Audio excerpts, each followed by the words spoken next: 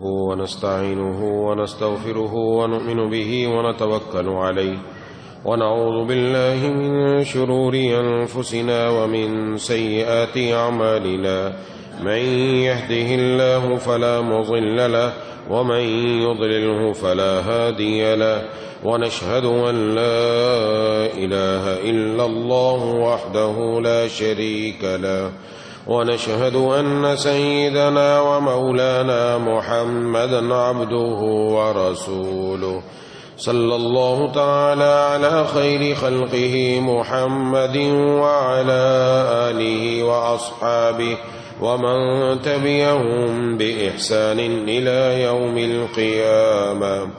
أما بعد فأعوذ بالله من الشيطان الرجيم. بسم الله الرحمن الرحيم. يا أيها الذين آمنوا كتب عليكم الصيام كما كتب على الذين من قبلكم لعلكم تتقون. صدق الله العظيم. میرے دوستوں اور ساتھی،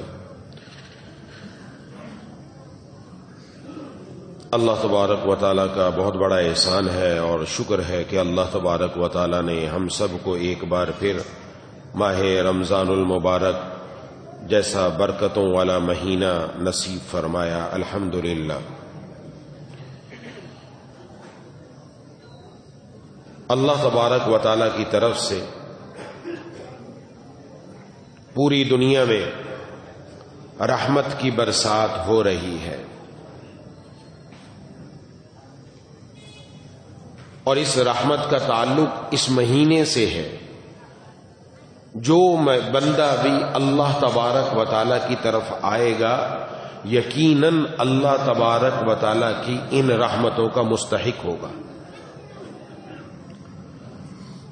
محبوب کبریا خاتم الانبیاء سرکار دو عالم صلی اللہ علیہ وسلم نے احادیث میں روزے کے بڑے فضائل بیان فرمائے. وہ روزے کے جو فضائل ہیں وہ ہمیں کب ملیں گے؟ جب ہم روزے کا حق ادا کریں گے. اس کے بارے میں انشاءاللہ کچھ تفصیلی گفتگو میں عرض کرتا ہوں. جناب نبی کریم صلی اللہ علیہ وسلم نے ارشاد فرمایا: اذا دخل رمضان فتحت ابواب السماء. جب رمضان شروع ہوتا ہے تو آسمان کے دروازے کھول دیے جاتے ہیں. اور ایک روایت ہے فتحت ابواب الجنہ، جنت کے سب دروازے کھول دیے جاتے ہیں. وغلقت ابواب جہنم، اور جہنم کے سب دروازے بند کر دیے جاتے ہیں. وسلسلت الشیاطین، اور شیاطین کو جکڑ دیا جاتا ہے.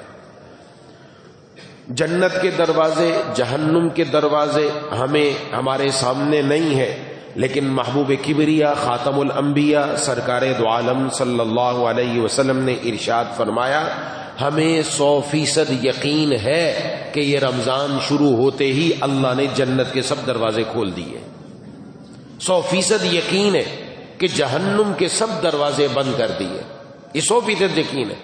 اس کا مطلب یہ کہ اللہ تبارک و تعالی ہم سب کو اپنی رحمتوں سے نوازنا چاہتے ہیں کہ بس تم آگے بڑھتے چلے آؤ، جنت کے دروازے کھلے ہوئے ہیں، ان کے ذریعے تم جنت میں داخل ہوتے چلے جاؤ. کوئی ایسا کام نہ کرنا کہ جو جہنم کی طرف لے کر جانے والا. دوسری حدیث میں جناب نبی کریم صلی اللہ علیہ وسلم نے ارشاد فرمایا کہ رسول اللہ صلی اللہ علیہ وسلم نے ارشاد فرمایا: فی الجنت 8 ابواب. جنت کے 8 دروازے ہیں. منہا باب یسمى الریان، ان میں سے ایک دروازہ ہے جس کا نام ریان رکھا گیا ہے. لا يدخلہ الا الصائمون، اس دروازے سے صرف روزے دار ہی جنت میں داخل ہوں گے. سبحان اللہ. یہ بھی اللہ تبارک و تعالیٰ کی طرف سے اکرام ہے جیسے بہت ساری جگہوں پر خاص دروازہ بنایا جاتا ہے کہ ہمارے مہمان خصوصی اس خاص دروازے سے آئیں گے، باقی سب عام دروازے سے آئیں گے، تو اللہ تبارک و تعالی قیامت والے دن یہ دنیا میں روزہ رکھنے والوں کا یہ اکرام فرمائیں گے کہ ان کو خاص دروازے سے جنت میں داخل فرمائیں گے۔ تیسری حدیث جناب نبی کریم صلی اللہ علیہ وسلم نے ارشاد فرمایا، من صام رمضان ایمانا و احتسابا، جس نے رمضان کے روزے ایمان کی حالت میں رکھے اور ثواب کی نیت سے رکھے، غفر له ما تقدم من ذنبی، اس کے پچھلے سارے گناہ معاف کر دیے گئے۔ ومن قام رمضان ایمانا و احتسابا غفر له ما تقدم من ذنبی، اور جو شخص رمضان میں رات کو اس نے قیام کیا، رات کو اللہ تبارک و تعالی کے سامنے کھڑا ہوا تراویح میں، تہجد میں، تو فرمایا ایمان کی حالت میں ثواب کی نیت سے اللہ نے اس کے بھی سارے پچھلے گناہ معاف فرما دیے۔ ومن قام لیلۃ القدر، اور جو لیلۃ القدر میں جس نے قیام کیا ایمان کی حالت میں ثواب کی نیت سے، اللہ نے اس کے بھی سارے گناہ معاف فرما دیے۔ اس سے پتہ چلا کہ قدم قدم پر اللہ تبارک و تعالیٰ کی طرف سے بندے کے لیے مغفرت کا انتظام ہے، بس وہ قدم بڑھاتا چلا جائے، رب تعالیٰ کی طرف سے اپنی مغفرت کا مستحق بنتا چلا جائے۔ ایک حدیث میں جناب نبی کریم صلی اللہ علیہ وسلم نے ارشاد فرمایا کہ ہر انسان جو نیک عمل کرتا ہے اس کا ثواب بڑھا کر 10 گنا اور 10 گنا سے 700 گنا تک دے دیا جاتا ہے۔ جو بندہ بھی اپنے اعتبار سے جتنا جس کے اندر اخلاص 10 تو ملیں گے، 10 سے اوپر 700 گنا تک ہر بندے کے اخلاص کے اعتبار سے اللہ اس عبادت کا ثواب عطا فرمائیں گے۔ لیکن فرمایا الا الصوم، مگر روزہ، یہ روزہ میرے لیے ہے، میں خود خدا اس کا بدلہ عطا کروں گا۔ یہ خاص روزے کی فضیلت بیان فرمائی، اس لیے کہ نماز پڑھنے پر بھی ثواب، نماز لوگوں کو نظر آتی ہے، زکوٰۃ لوگوں کو نظر آتی ہے، حج لوگوں کو نظر آتا ہے، روزہ کسی کو نظر نہیں آتا۔ یہ بندے اور اس کے اللہ کا معاملہ، اس پر اللہ تبارک و تعالیٰ نے یہ عطا فرمایا کہ اس پر اللہ نے فرمایا میں خود اس کا بدلہ عطا کروں گا، کہ بندے نے میرے لیے اپنی شہوت کو چھوڑا، یعنی کھانے پینے کو چھوڑا، اور اپنی جائز حلال ضرورت کو چھوڑا، اور اس نے میری وجہ سے چھوڑا، روزے دار نے، اس وجہ سے اللہ تبارک و تعالیٰ اس کو یہ اجر عطا فرمائیں گے۔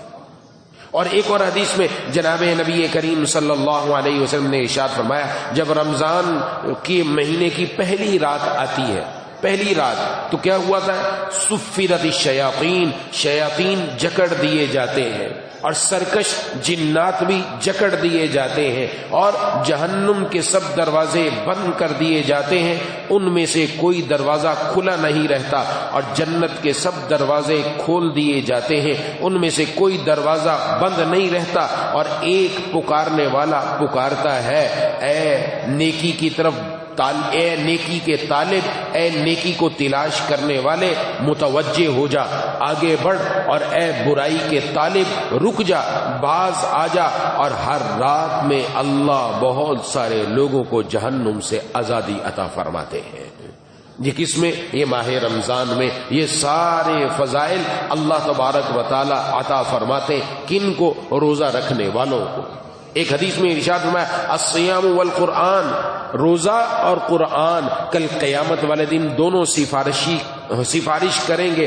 روزہ کہے گا، یا اللہ میں نے اس بندے کو کھانے پینے اور اپنی جائز نفسانی خواہشات سے دل میں روکے رکھا، میری شفاعت اس کے بارے میں قبول فرما لیجئے۔ اور قرآن کہے گا، یا اللہ اس کو میں نے رات کو نیند سے روکے رکھا، اس کے بارے میں میری بھی شفاعت قبول فرما لیجئے۔ اللہ قرآن کی سفارش بھی قبول فرمائیں گے، رمضان کی سفارش بھی قبول فرمائیں گے۔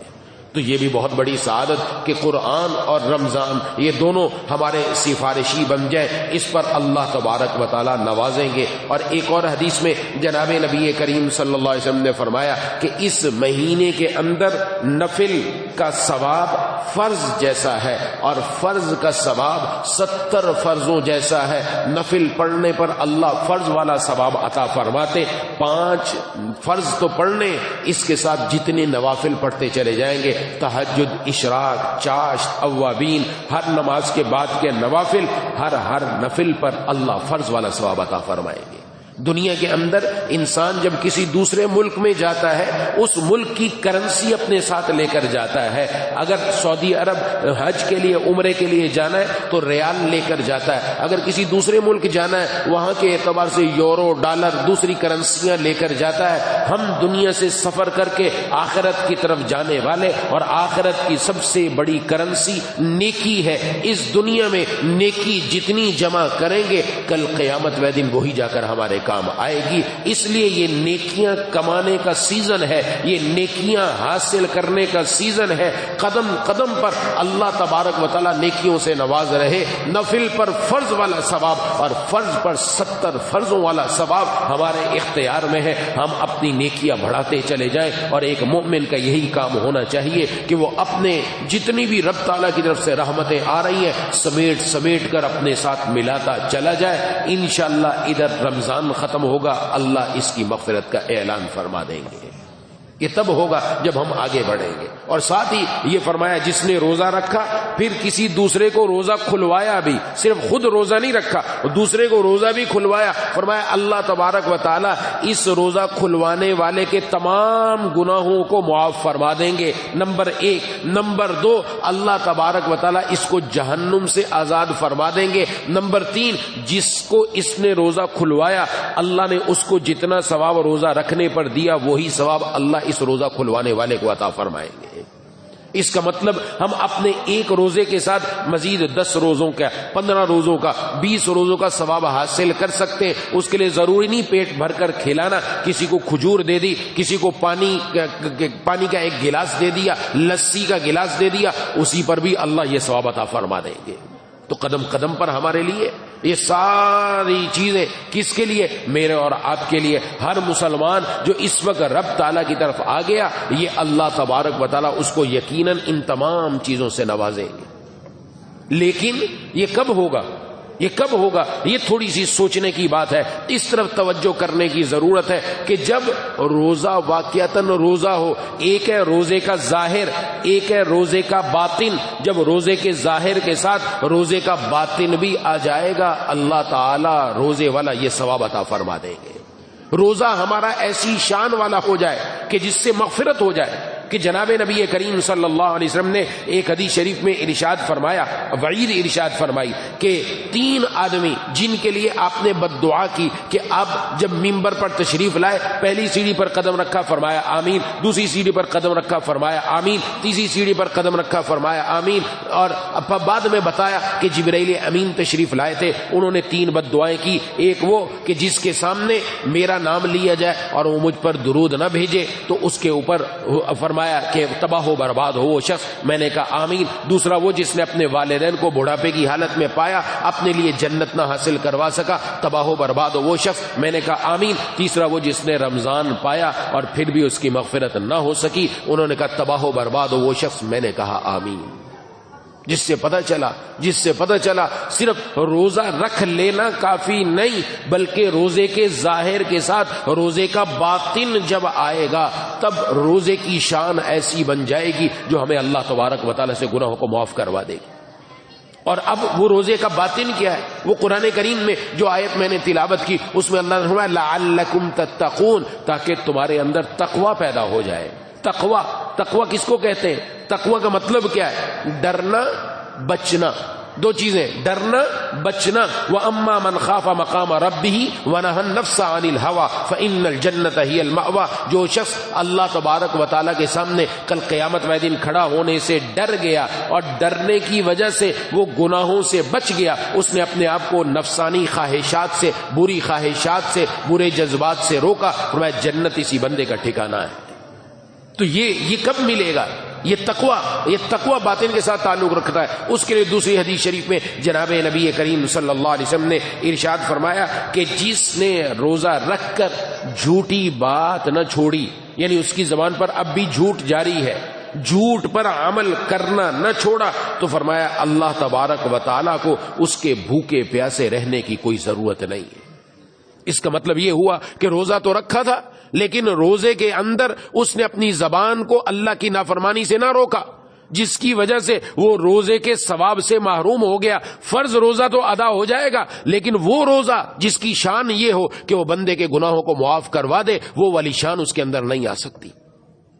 اسی طرح ایک حدیث میں جناب نبی کریم صلی اللہ علیہ وسلم نے ارشاد فرمایا کہ بہت سارے روزہ دار ایسے ہیں جو روزہ رکھتے ہیں ان کو بھوکا پیاسا رہنے کے علاوہ کچھ نہیں ملتا، اس لیے کہ وہ روزہ ہے ساتھ غیبت بھی ہے، ساتھ چغلی بھی ہے، ساتھ جھوٹ بھی ہے، ساتھ اللہ کی نافرمانی بھی ہے۔ روزہ ہے لیکن روزے کا فائدہ ہی نہ ملا۔ ایک حدیث میں ارشاد فرمایا کہ روزہ ڈھال ہے، ڈھال ہے، یعنی یہ انسان کو بچاتا ہے بہت ساری چیزوں سے بشرطے کہ بندہ اپنی اس ڈھال کو پھاڑ نہ دے۔ ڈھال پھٹتی کب ہے؟ جب بندہ اللہ کی نافرمانی کرتا ہے۔ یہ بار بار بتایا گیا احادیث میں جناب نبی کریم صلی اللہ علیہ وسلم نے، یہ روزے کا باطن ہے کہ باطن بھی بن گیا تو پھر وہ روزہ وہ والی شان والا ہوگا، یقیناً اللہ تبارک و تعالیٰ اس روزے کی وجہ سے ہمارے گناہوں کو معاف فرما دیں گے انشاءاللہ۔ یہ جو فضائل ہم نے سنے یہ سارے حاصل ہوں گے۔ اس لیے اس بات کا اہتمام کہ روزے کے اندر ہم نے حلال چھوڑ دیا، حلال کیا تھا کھانا، حلال کیا تھا پینا، یہ چھوڑ دیا، تو حرام جو پوری زندگی حرام ہے اس کو اگر نہیں چھوڑا تو پھر روزہ رکھنے کا فائدہ کیا ہوا؟ روزے کا مقصد ہی یہ تھا، روزے سے حاصل یہ تھا کہ تقوی پیدا ہو جائے، یعنی میرے دل میں احساس پیدا ہو جائے کہ میرے اللہ مجھے دیکھ رہے ہیں، میرے دل میں یہ احساس پیدا ہو گیا، اس احساس سے میں ڈر کر گناہ سے بچ گیا، یہی روزے کا حاصل ہے۔ اور جس کو یہ مل گیا سبحان اللہ، اس کو دنیا میں اللہ جنت کا مزہ عطا فرما دیں گے، کیونکہ قرآن کریم میں اللہ نے اعلان فرما دیا ان اولیاءہ الا المتقون، میرے دوست صرف تقوی والے، یہ نہیں فرمایا نماز پڑھنے والے، یہ نہیں فرمایا روزہ رکھنے والے، یہ فرمایا کہ میرے دوست صرف اور صرف اگر کوئی ہے وہ تقوی اختیار کرنے والے، اور تقوی ملتا ہمیں روزے کی بدولت۔ اور روزہ اگر اپنی شان والا ہو کہ جہاں زبان، جہاں ہم نے کھانے پینے سے بچے روزہ رکھا، وہاں زبان کا بھی روزہ، وہاں آنکھ کا بھی روزہ، وہاں کان کا بھی روزہ، وہاں پورے جسم کا روزہ، تو یقیناً یہ وہ روزہ ہوگا جو ہماری زندگی میں تبدیلی پیدا کر دے گا۔ اس لیے اہم بات کہ ہم رمضان آتا ہے، رمضان میں مسجدیں بھر جاتی ہیں، رمضان کے بعد مسجدیں خالی ہو جاتی ہیں، رمضان آتا ہے ماحول میں تو بندہ آ کر جڑ جاتا ہے، ماحول میں جڑ گیا، اس کے بعد تبدیلی کیوں نہیں آتی؟ اس لیے کہ ایک اہم چیز وہ ہماری زندگیوں سے نکل جاتی ہے اور وہ ہے سچی توبہ۔ وہ جب نہیں ہوتی تو پھر بندہ اللہ تعالیٰ کا پورا فرما بردار نہیں بنتا۔ سچی توبہ، اس سچی توبہ کا تعلق دل کے ساتھ ہے اور یہ تقوی کا تعلق بھی دل کے ساتھ ہے۔ یہ بات اچھی طرح سمجھ لینی چاہیے۔ ایک اگر ہم کسی ڈاکٹر کے پاس گئے یا حکیم صاحب کے پاس گئے اور ہم نے کہا جی مجھے پھوڑے پھنسیاں نکل رہی ہیں، پتہ نہیں کیا مسئلہ ہے، مجھے دوا دے، اس نے ایک دوا پینے کی دی، ایک دوا لگانے کی دی، کریم دے دی، اس کریم کی اگر جسم پر آپ لگائیں گے جہاں جہاں آپ کے پھوڑے پھنسیاں ختم ہو جائیں گے۔ ہم نے وہ جب پینے والی دوا لے کر تھوڑی سی دیکھی تو بہت کڑوی دی، وہ رکھ دی کہ یہ کڑوی دوا ہے، یہ کون پیے؟ کریم لگاتے رہے، چند دن کریم لگائی تو جسم صاف ہو گیا، کا بہت اچھا ہو گیا، فائدہ ہو گیا۔ کریم لگانا چھوڑا، دوبارہ پھر پھوڑے پھنسیاں نکلنا شروع ہو گئی۔ اب پھر ڈاکٹر کے پاس، پھر حکیم کے پاس، تو اس نے کہا وہ جو پینے والی دوا دی تھی وہ پی؟ کہ وہ تو نہیں پی، وہ تو بڑی کڑوی ہے۔ کہ وہی تو اصل علاج تھا، اصل علاج وہ تھا، اس لیے کہ آپ کے خون میں خرابی ہے، آپ کے خون کی صفائی مقصود تھی، وہ صفائی ہو جاتی تو آپ کے پھوڑے پھنسیاں ختم ہو جاتی۔ آپ نے ظاہر میں تو لگا لیے، یہ سب ٹیوب لگا لی، اس سے تھوڑا سا فائدہ ہوا، لیکن اصل فائدہ تب ہوتا جب وہ کڑوی دوا پی لیتے۔ تو کڑوی دوا ہمارے لیے کیا ہے؟ گناہ سے بچنا، اللہ کی نافرمانی سے بچنا۔ نماز پڑھنے میں دل پر وہ مشقت نہیں آتی جو اللہ کی نافرمانی چھوڑنے پر آتی ہے، جو اللہ تبارک و تعالیٰ کا حکم توڑنے پر چھوڑنے پر آتی ہے۔ وہ والی جو چیز ہے، وہ جو کڑوا پن ہے، وہ جب دل کو حاصل ہو جائے گا تب اللہ تبارک و تعالیٰ روزے کا اصل فائدہ عطا فرما دیں گے۔ نماز پڑھنا بھی آسان ہے، روزہ رکھنا بھی آسان ہے، لیکن جھوٹ چھوڑنا، غیبت چھوڑنا، موبائل کے اندر گندی اور ننگی فلمیں چھوڑنا، ڈرامے چھوڑنا، فلمیں چھوڑنا، گانے چھوڑنا، نامحرم سے ناجائز تعلق چھوڑنا، یہ سارے، یہ دل کو چوٹ لگتی ہے اس سے، یہ وہ کڑوی دوا ہے۔ یہ جب کڑوی دوا انسان پی گا تب جا کر کام بنے گا، اور اسی کا نام توبہ ہے، اسی کا نام توبہ ہے۔ التوبہ تو ہی الندامہ، توبہ نام ہی ندامت کا ہے۔ دل میں اگر پشیمانی آ جائے، اس پشیمانی کی وجہ سے اللہ بندے کے گناہوں کو معاف فرما دیتے ہیں۔ ایک بزرگ نماز کے لیے گھر سے نکلے اور جیسے ہی مسجد کی طرف پہنچے تو پتہ چلا مسجد میں تو نماز ہو چکی، لوگ باہر نکل رہے تھے، تو دل سے آہ نکلی، اتنے سال ہو گئے آج تک تکبیر اولا میری فوت نہیں ہوئی، آج تو میری نماز ہی نکل گئی۔ یہ دل کے اندر ان کی کیفیت ہوئی اور یہ زبان سے نکلا۔ نماز پڑھنے والوں میں ایک بزرگ تھے، وہ ان سے ملے، کہا کیا بات ہے آج آپ رنجیدہ نظر آ رہے ہیں اور یہ جملہ کیوں نکلا؟ کہا اس لیے نکلا کہ آج مجھے اندازہ نہیں ہوا اور میری نماز نکل گئی، جس کی وجہ سے دل کے اندر یہ غم ہوا۔ کہا یہ جو آپ کا دل کا غم ہے یہ آپ مجھے دے دیں اور یہ جو میں نماز با جماعت پڑھ کر نکلا یہ آپ لے لیں، یہ سودا کر لو میرے ساتھ۔ کہا ٹھیک ہے، انہوں نے وہ لے لیا۔ یہ جب رات کو آگر سوئے تو اللہ تبارک و تعالی نے فرمایا وہ جو شخص آیا تھا جس کے دل سے یہ آہ نکلی کہ اس کی نماز ایک چھوٹ گئی، اس آہ کے نکلنے کی وجہ سے اللہ نے جتنے نماز پڑھنے والے تھے سب کی نماز کو اپنی بارگاہ میں قبول فرما لیا۔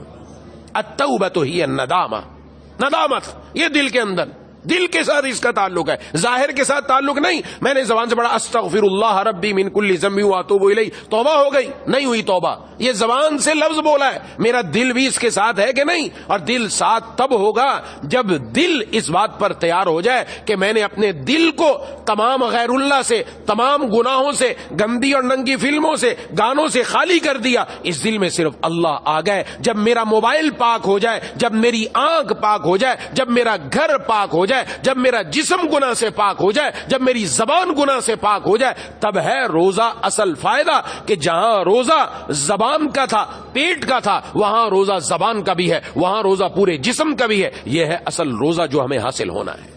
اس لیے سچی توبہ کی ضرورت، یہ والی چیز رہ جاتی ہے تو پھر فائدہ نہیں ہوتا۔ اس لیے آج پہلا دن ہے، پہلے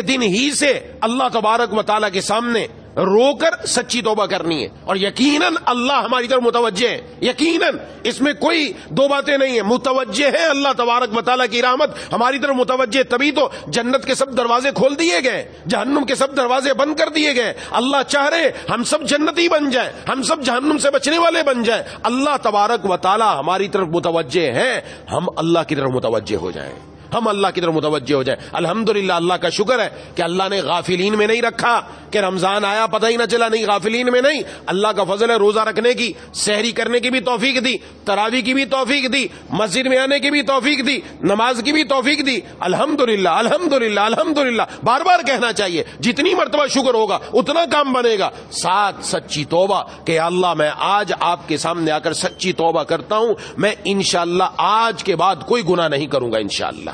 یہ ہم میں سے ہر آدمی یہ یہاں سے عہد کر کے اٹھے کہ آج کے بعد انشاءاللہ کوئی گناہ نہیں ہوگا انشاءاللہ۔ یہ رمضان اگر ہمارا گناہوں سے پاک گزر گیا تو گارنٹی ہے 11 مہینے بھی گناہوں سے پاک گزریں گے انشاءاللہ۔ بس ایک رمضان میں ہمت کر لو، ہمت کر لو، اور اللہ نے ماحول تو بنا ہی دیا، ہر ایک کے دل میں آ ہی جاتا ہے۔ کوئی نہ کوئی جو بندہ سارا سال مسجد میں نہیں آتا وہ آ رہا ہے، کیوں آ رہا ہے؟ اس لیے کہ اللہ نے ماحول ایسا بنایا، سبحان اللہ، رحمتوں کی برسات ہو رہی ہے، رحمت کی چادر تنی ہوئی ہے، رب تعالیٰ کی طرف سے رحمتیں ہی رحمتیں آ رہی ہیں، تو اس کے دل پر بھی اس کا اثر ہو رہا ہے، وہ بھی آ رہا ہے۔ تو بس قدم اور مزید بڑھانے کی ضرورت ہے۔ شیاطین تو جکڑ دیے گئے، نفس ساتھ لگا ہوا ہے ابھی تک، اس نفس کے ساتھ مقابلہ ہے، اس نفس کو ہرانا ہے، اس نفس کے ساتھ مقابلہ کر کے اس کو گرانا ہے اور اللہ تعالیٰ کے حکم کا جھنڈا بلند کر دینا انشاءاللہ۔ تو بس کام بن گیا، یہی بدنا جنت ہی ہے۔ اسی کے لیے تو فرما دیا گیا وَأَمَّا مَنْ خَافَ مَقَامَ رَبِّهِ وَنَهَى النَّفْسَ عَنِ الْهَوَىٰ۔ اس لیے سچی توبہ کی ضرورت، سچی توبہ ہو گئی یقیناً کام بن جائے گا۔ اور اللہ تعالیٰ جب کسی کو ایک بار اپنی بارگاہ میں قبول فرما لے، اللہ کبھی اس کو اپنے سے دور نہیں فرماتے۔ اللہ ایسے قدردان ہے، اللہ ایسے قدردان ہے۔ اگر اس سے گناہ ہو جائے، اب وہ کہ جی مجھ سے تو گناہ ہو رہا ہے، اگر گناہ ہو جائے تو اللہ اس کے بعد توبہ کی ایسی توفیق عطا فرماتے، وہ دوبارہ پھر اللہ کی طرف آ جاتا ہے، پھر اللہ کی طرف آ جاتا ہے۔ اس لیے گھبرانے کی بات نہیں ہے، ہماری زندگی جیسی تیسی گزری، لیکن ہمت کر کے قدم بڑھا لو۔ اگر بالفرض ہو جاتا ہے گناہ تو توبہ کرنے میں دیر نہیں کرنی۔ ماحول نیکیوں والا بنا ہوا ہے، گھر میں بھی نیکیوں والا، بازار میں بھی نیکیوں والا، ہر جگہ نیکیوں والا ماحول۔ اب تو نیکی کی طرف رغبت ہے، نیکی کی طرف آ رہے ہیں، نیکی کی طرف جا رہے ہیں، یہ ماحول بنا ہوا ہے۔ اس سے خوب فائدہ اٹھانا ہے، اور خوب فائدہ اٹھا کر 30 دن اپنے ساتھ ارادہ کر لینا ہے، انشاءاللہ میری ایک آنکھ بھی خراب نہیں ہوگی انشاءاللہ، زبان سے انشاءاللہ کسی کی غیبت نہیں ہوگی انشاءاللہ، کان سے کوئی اللہ اللہ کی نافرمانی نہیں سنیں گے انشاءاللہ. ہاں اللہ تبارک و تعالیٰ کی فرما برداری ہی فرما برداری, تو یقیناً اللہ تعالیٰ اس ماہ مبارک کی بدولت ہماری زندگیوں کو بدل دیں گے. دعا ہے کہ اللہ تعالیٰ مجھے اور آپ کو ان باتوں پر عمل کرنے کی توفیق عطا فرمائے. وآخر دعوانا ان الحمدللہ رب العالمین. بسم اللہ الرحمن الرحیم. الحمدللہ رب العالمین الرحمن الرحیم مالک یوم الدین. ایاک نعبد و ایاک نستعین اهدنا الصراط المستقیم صراط الذین انعمت علیہم غیر المغضوب علیہم ولا الضالین. اللهم صل على سيدنا ومولانا محمد وعلى آل سيدنا ومولانا محمد وبارک وسلم. مولا کریم آپ کی کرم نوازی ہے کہ آپ نے دوبارہ ہمیں رمضان جیسا مبارک مہینہ, قیمتی دن, قیمتی راتیں عطا فرما دی. اے الہ العالمین, ہے ارحم الراحمین, یا ذل جلال والاکرام, یا اللہ اس ماہ مبارک کا ہم سب کو قدردان بنا دیجیے. یا اللہ اس کی قدر کر کے یا اللہ اس میں اعمال کرنے کی توفیق بھی عطا فرما دیجیے. یا اللہ روزے کے ظاہر کے ساتھ روزے کا باطن ہم سب کو عطا فرما دیجیے. مولا کریم, اے الہ العالمین, اے ارحم الراحمین, یا ذل جلال والاکرام, ہم آپ کے سامنے سچی توبہ کرتے ہیں. مولا کریم, بالغ ہونے کے بعد سے لے کر اب تک ہم سے جو نافرمانیاں ہوئیں بھول کر جان بوجھ کر, ہمارے علم میں یہ نہیں ہے, آنکھ کا گناہ ہو, زبان کا گناہ ہو, کان کا گناہ ہو, دل کا گناہ ہو, ہاتھوں کا گناہ ہو, جسم کا کوئی گناہ, کہ اللہ سب سے ہم سچی توبہ کرتے ہیں. مولا کریم, اے الہ العالمین, اے ارحم الراحمین, ہم سب کے گناہوں کو معاف فرما دیجیے. یا اللہ ہماری گردنیں آپ کے سامنے جھکی ہوئی ہیں, دلوں کے اندر ندامت ہے, آنکھوں میں آنسو ہیں. مولا کریم, اے الہ العالمین, اے ارحم الراحمین, یہ ہاتھوں کا پیالہ بھی آپ ہی نے عطا فرمایا, یہ مانگنے کا ڈھنگ بھی آپ ہی نے عطا فرمایا. یا اللہ, یا الہ العالمین, یا ارحم الراحمین, یا ذل جلال والاکرام, ہم سب کو یا اللہ آج ہی کے دن گناہوں سے پاک و صاف فرما کر یا اللہ جنت والے راستے پر ایک ایک قدم آگے بڑھانے کی مزید توفیق عطا فرما دیجیے. مولا کریم, اے الہ العالمین, سلامتی ایمان کے ساتھ, سلامتی اعضاء کے ساتھ زندہ رکھیے, سلامتی ایمان کے ساتھ, سلامتی اعضاء کے ساتھ دنیا سے اٹھائیے. مولا کریم, اے الہ العالمین, ہم سب کو رقیق القلب, رحیم المزاج, حلیم الطبع بنا دیجیے. مولا کریم, اے الہ العالمین, یہ جو ماحول آپ نے عطا فرمایا اس سے بھرپور فائدہ اٹھانے کی توفیق عطا فرما. یا اللہ ہمارے گھر میں, گھر والوں کی یا اللہ, بیوی بچے, بہن بھائی, دوست و احباب, تمام رشتہ دار, اہل پاکستان, پوری امت کو یا اللہ, پوری امت کو اس ماہ مبارک سے پورا فائدہ اٹھانے کی توفیق عطا فرما. پوری امت کے مردوں کو یا اللہ, مردوں کو یا الہ العالمین مسجدوں سے جوڑ دیجیے. یا اللہ مسجدوں کو یا اللہ خوب سے خوب آباد فرما دیجیے, اور اسی طرح مرتے دم تک ہم سب کو مسجدیں آباد کرنے کی توفیق عطا فرما. یا اللہ اس مسجد کو, دنیا کی تمام مساجد کو اپنے پیاروں کے سجدوں سے اور اپنے پیاروں کی قرآن کی تلاوت سے آباد فرما دیجیے. مولا کریم, اے الہ العالمین, اے ارحم الراحمین, اس ماہ مبارک میں یا اللہ خوب قرآن کی تلاوت کی بھی توفیق عطا فرما دے. یا الہ العالمین, یا الراحمین, یا ذل جلال والاکرام, آج آپ نے ہمیں روزہ رکھنے کی توفیق عطا فرمائی. مسلسل اسی طرح ہم سب کو صحت کی دولت کے ساتھ ساتھ یا اللہ ہمت کے ساتھ ساتھ یہ آگے کے تمام روزے رکھنے کی توفیق بھی عطا فرما. اسی طرح یا اللہ تمام عبادات کرنے کی بھی توفیق عطا فرما. اللہم لک الحمد و لک الشکر, یا اللہ آپ کا شکر ہے, یا اللہ آپ کا شکر ہے, یا اللہ آپ کا شکر ہے کہ آپ نے ہمیں غافلوں سے نکال کر اپنے یاد کرنے والوں میں شامل فرما دیا. یہ آپ کی کرم نوازی ہے, مہربانی ہے. مولا مرتے دم تک اسی طرح یاد کرنے والوں میں ہی رکھیے گا. مولا یا اللہ ناشکری کرنے سے ہم سب کی حفاظت فرما, شکر کرنے والوں میں ہم سب کو شامل فرما. مولا کریم, اے الہ العالمین, اے ارحم الراحمین, یا ذل جلال والاکرام, حاسدین کے حسد, شریروں کے شر, نظر بد سے ہم سب کی حفاظت فرما. ہر قسم کے بڑے امراض سے, موذی امراض سے ہم سب کی حفاظت فرما. دل کی, جگر کی, گردے کی, معدے کی, یا اللہ تمام بڑی بیماریوں سے ہم سب کی حفاظت فرما. مولا کریم, اے الہ العالمین, اے ارحم الراحمین, یا ذل جلال والاکرام, اپنے صحت کے خزانوں سے ہم سب کو بھی صحت دولت سے مالا مال فرما. ہمارے جاننے پہچاننے والوں میں, اعزاء اقربا میں, رشتہ داروں میں, بہن بھائیوں میں کوئی بھی بیمار ہے اس کو بھی یا اللہ صحت کے خزانوں سے, صحت کی دولت سے مالا مال فرما دیجیے. مولا کریم, روحانی صحت بھی عطا فرما, جسمانی صحت بھی عطا فرما. اللہم کل خیر لکل مسلم و مسلمہ, اللہم ارحم امت محمد صلی اللہ علیہ وسلم. ربنا تقبل منا انک انت السمیع العلیم وتب علینا انک انت التواب الرحیم. صلی اللہ تعالی علی خیر خلق محمد وعلی آلہ واصحابہ اجمعین برحمتک یا ارحم الراحمین. آمین.